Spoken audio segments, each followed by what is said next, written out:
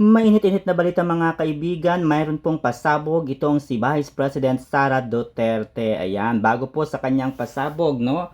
Alam naman po natin na ilan na sa mga resource person ang inimbitahan, no, sa Senado at binanggit ang pangalang Martin Romualdez na involved sa napakalaking korupsyon o pandarambong sa kaban ng bayan. Ayan, so dahil po diyan ay related po ang naging pahayag na ito ni Vice President Sara Duterte. Ayan, so ngayon nga po ay nagsalita na at sumagot na si Vice President Sara Duterte. September 30, 2025. Basahin ko lamang po no ang kanyang napakahabang pahayag at napakalinaw mga kaibigan.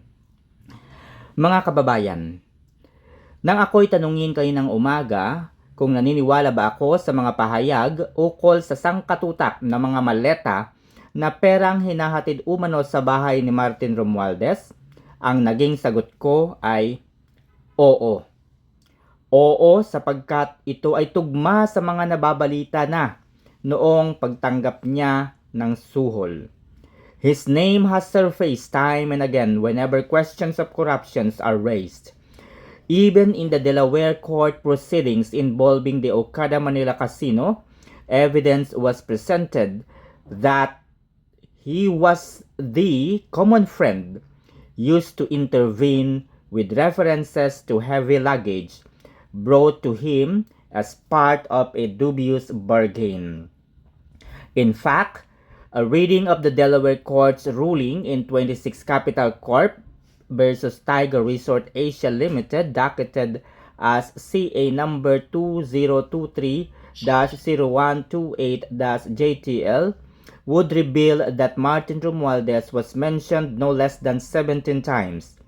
Thrice on page 37, thrice on page 38, 7 times on page 39, twice on page 40, once on page 58, and once again on page 63. My God, versus nako to po, mainit-init to nga talaga, binilang talaga kung ilang beses na nabanggit ang pangalang Martin Romualdez. In sum, the court refused to be swayed by the implausible claim that the heavy luggage delivered to Martin Romualdez only contained documents.